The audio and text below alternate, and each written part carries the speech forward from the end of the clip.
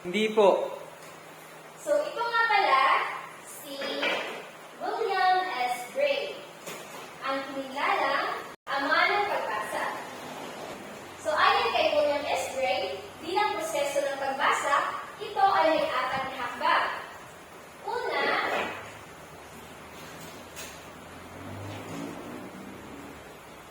Una ang perception. So, ang perception ay inuunawa ng mga simbolo o titik na nakasulat sa ating babasahin. So, ang perception ang unang hakbang sa proseso ng pagbabasa. Ang magbabasa ay nagtatangka na kilalanin at intindihin ang mga nakalimbag na simbolo at titik. Kabilang dito ang pagkilala sa mga titik, salita, at pangungusap. Pati na rin ang pagbigas ng mga ito na tama. Halimbawa, binasa ni Rainier ang isang artikulo sa internet tungkol sa pagbabago ng klima. Sa yugtong ito, kinikilala niya ang mga letra, salita, at pangungusap. Ang pangalawang proseso naman ay ang comprehension.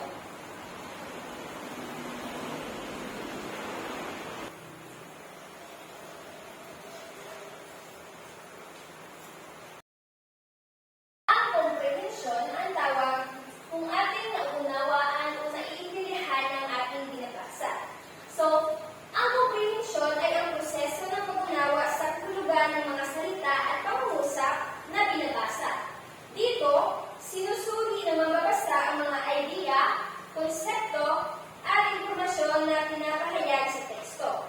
Halimbawa, binasa ni Rainier ang artikulo at naunawaan niya ang nilalaman nito. At sa ganung paraan, naintindihan niya kung paano nakaapekto ang polusyon sa kalikasan at ano ang mga salungi at epekto ng pagbabago ng klima. Kaya naman, napakahalaga ng comprehension sa pagbabasa. Dahil kahit marunong kang magbasa at wala kang comprehension, ay wala rin silbi ang iyong binabasa. Ang pangatlong proseso ay ang reaksyon o aplikasyon.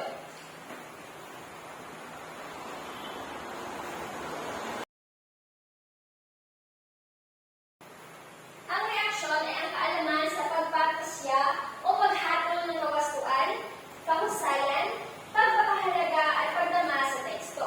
Ang aplikasyon naman ang tawag kung atin itong ilalapat o magawin dahil maaaring maimpluwensyahan tayo ng ating bansa. Ang reaksyon ay tumutukoy sa kakayahan ng mambabasa na magbigay ng opinyon, magpasya, at magbigay halaga sa teksto. Ang aplikasyon naman ay ang paggamit ng natutunan mula sa binasa sa tunay na buhay. Ang hakbang na ito ay nagpapakita kung paano naaapektuhan ng mambabasa ang kanilang binabasa. Halimbawa, matapos basahin ang artikulo, nagkaroon si Rainier ng reaksyon. Nakaramdam siya ng pag-alala at nagdesisyon siyang bawasan ang paggamit ng plastic sa kanilang tahanan upang makatulong sa pagprotekta sa kalikasan. Ang panghuling proseso ay ang integrasyon. Ang integrasyon naman, ang tawag kung ito'y naiuugnay sa ating mga naranasan at naging bahagi ng ating kasalukuyan. So, ang integrasyon ay proseso ng pagsalib ng bagong impormasyon sa dating kaalaman at karanasan ng magbabasa. Dito, inuugnay ng mambabasa ang kanilang binasa sa kanilang personal na karanasan at ginagamit ng bagong kaalaman sa iba't ibang sitwasyon sa tunay na buhay. So, halimbawa, sa mga sumusunod na buwan, patuloy na sinasama ng Juan ang kanyang natutunan mula sa artikulo sa kanyang pang-araw-araw na buhay. So, naging aktibo siya sa pag-promote ng eco-friendly practices sa kanilang barangay at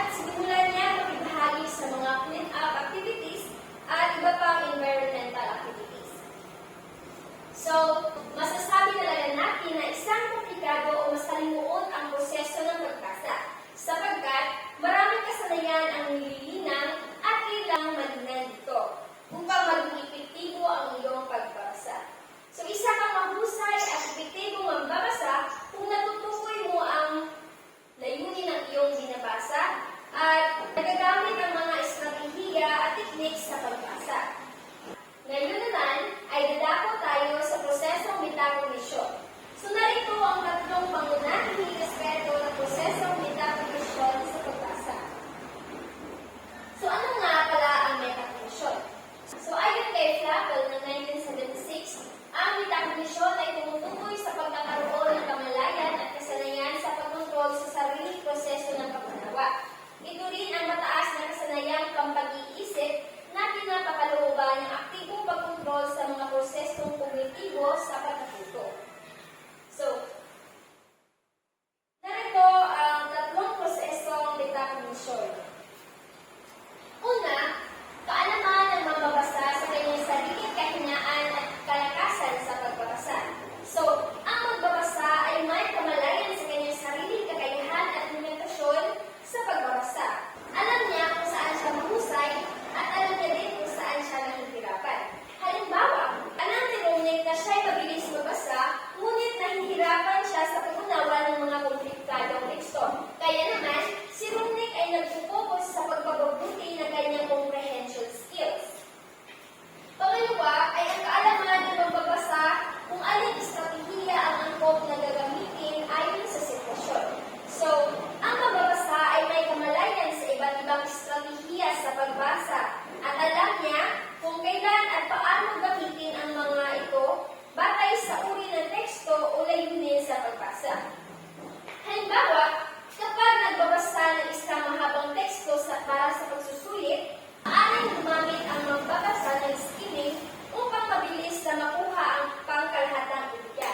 Kung sasabihin natin skimming, ang pupito kung kailangan mo lang ng pangkalahatang idea ng artikulo. Basahin ang patagat, subheadings, at unang pangungusap sa bawat salita. So, sa pangatlo naman, ang kaalaman ng mambabasa sa pagsubaybay sa kanyang pag-unawa kung kailan siya hindi nakakaunawa. So, ang mambabasa ay may kakayahang subaybayan ang kanyang pag-unawa habang nagbabasa. Alam niya kung kailan siya hindi nakakaunawa at may kakayahan siyang mag-adjust o maghanap ng solusyon. So, halimbawa, habang nagbabasa si Vanessa ng isang mahirap na teksto, napansin niya na hindi niya naiintindihan ng isang bahagi. Kaya, maaaring humito siya upang muling basahin ang bahagi na iyon o maghanap ng karagdagang impormasyon upang malinaw o maunawaan ang binabasa. So, ayon kay Graves, ang isang metakognitibong magbabasa ay tinatanong sa sarili ang sumusunod. Una, nauunawaan ko ba ang sinasabi ng author? Pangalawa, ano ang ginagawa ko kapag hindi ko naunawaan ang aking ibinabasa? Pangatlo, ano ang maaari kong gawin upang lalong maunawaan ko ang sinasabi ng author? Pang-apat, may nagagawa ba ako upang mas lalong maalala ang binasang teksto? At ang panghuli, ano mga estratehiya sa pagbasa ang aking kailangang gamitin kaugnay ng teksto? At yun na naman, ay tatalakayin natin ang mga kasanayan sa pagbasa. Ang kasanayan sa pagbasa ay naghahatid sa dalawang malawak na pangkat o uri. Una, ang kasanayan sa bilis. Pangalawa, ang kasanayan sa pag-unawa. So, dito tayo sa kasanayan sa bilis. Una, ang pagpansin o pagtingin ng higit na malawak ang agwat. So, dito, ito ang kakayahan ng mata na tumingin sa mas malawak na bahagi ng teksto sa isang sulyap. Mas maraming salita ang nakikita ng mambabasa sa bawat tingin na nagre-resulta sa mas mabilis na pagbasa. Halimbawa, sa halip na basahin ang bawat salita ng paisa-isa, ang mata ng mambabasa ay nagagalaw ng mas mabilis at nakikita ang mga pangungusap o paralala sa kabuuan. Pangalawa, pagtingin sa higit na maraming salita. So, ang kakayahang makita at maunawaan ang maraming salita na sabay-sabay. Ang mata ay hindi na tumitingin sa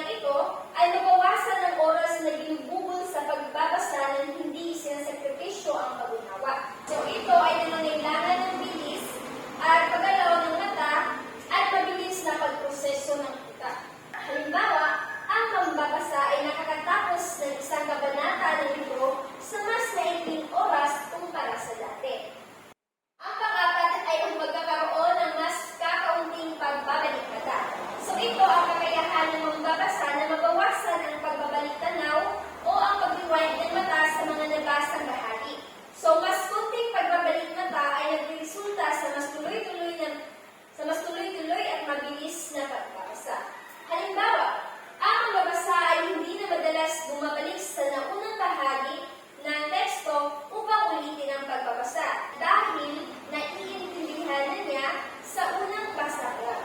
Ngayon naman ay dadako tayo sa pangalawang kasanayan sa pagbabasa. Ito ang kasanayan sa pag-unawa. Una, paglinang ng talas-tandaan. Ito ang kakayahan ng magbabasa na magdagdag at gumamit pa ng mas maraming salita sa kanyang talas-salitaan. Ang mas malawak na talas-salitaan ay nagre-resulta sa mas mahusay na pag-unawa.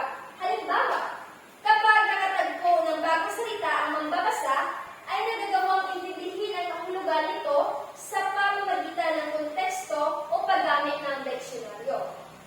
Pangalawa, ang pag-unawa ng talata. So, ang kakayahang maunawaan ang kabuuang kahulugan ng isang talata, ito ay nangangailangan ng pag-intindi sa kaugnayan ng mga pangungusap sa loob ng talata. Halimbawa, ang magbabasa ay nakakaintindi ng pangunahing idea at talata at kung paano ito sinusuportahan ng kabuuang argumento o kwento ng teksto. Ang pangatlo ay ang pagsunod sa hudyat o pahiwatig na panibag. So, ang kakayahang sundan ang mga marka, estilo, at iba pa pahiwatig sa teksto na nagbibigay o nagdagdag ng impormasyon o gabay sa pambabasa. Halimbawa, ang paggamit ng mga italiko, mga bold na letra, o mga bullet point upang makuha ang mga pangunahing punto at ideya sa teksto. Ang pang-apat na kasanayan sa pag-unawa ay ang pagbasa ng kahapyaw at pasuri. So, ang kakayahang mag-skim o mag-scan ng teksto upang mabilis na makuha ang pangunahing ideya at mahahalagang detalye. Halimbawa, ang pagbabasa ay nagbabasa ng mas mabilis upang makuha ang pangkalahatang ideya ng isang artikulo at bumalik lamang sa mga bahagi na nangailangan ng mas masusing pag-uunawa. So, ang panglima na kasanayan sa pag-unawa ay ang pagbasa at pag-unawa sa mahihirap na babasahin. So, ang kakayahang magbasa at umunawa sa mga komplikadong teksto kahit na ang mga ito ay puno ng malalim na idea. So, halimbawa, ang magbabasa ay nagbabasa ng isang scientific journal o akademikong artikulo at nagagawang intindihin ng mga konsepto at teorya na nakapaloob dito. Ayon kay Lalunyo ng 1989, ang bilis ay tumutulong sa ikatatagal ng mambabasa sa pagbabasa ng teksto. So, ibig sabihin nito, kapag mas mabilis magbasa ang isang tao, mas natutulungan siyang manatiling interesado sa pagbabasa ng isang teksto. Sa madaling salita, ang kakayahang magbasa ng mabilis ay nagresulta sa mas matagal at tuloy-tuloy na pagbabasa dahil hindi nawawala ang interest o focus ng pambabasa. So, ang mababasa ng mga ikatamtamong bilis ay nakababasa ng 250 bawat minuto. Ang mahusay naman ng mambabasa ay nakababasa ng 500 to 600 salita bawat minuto.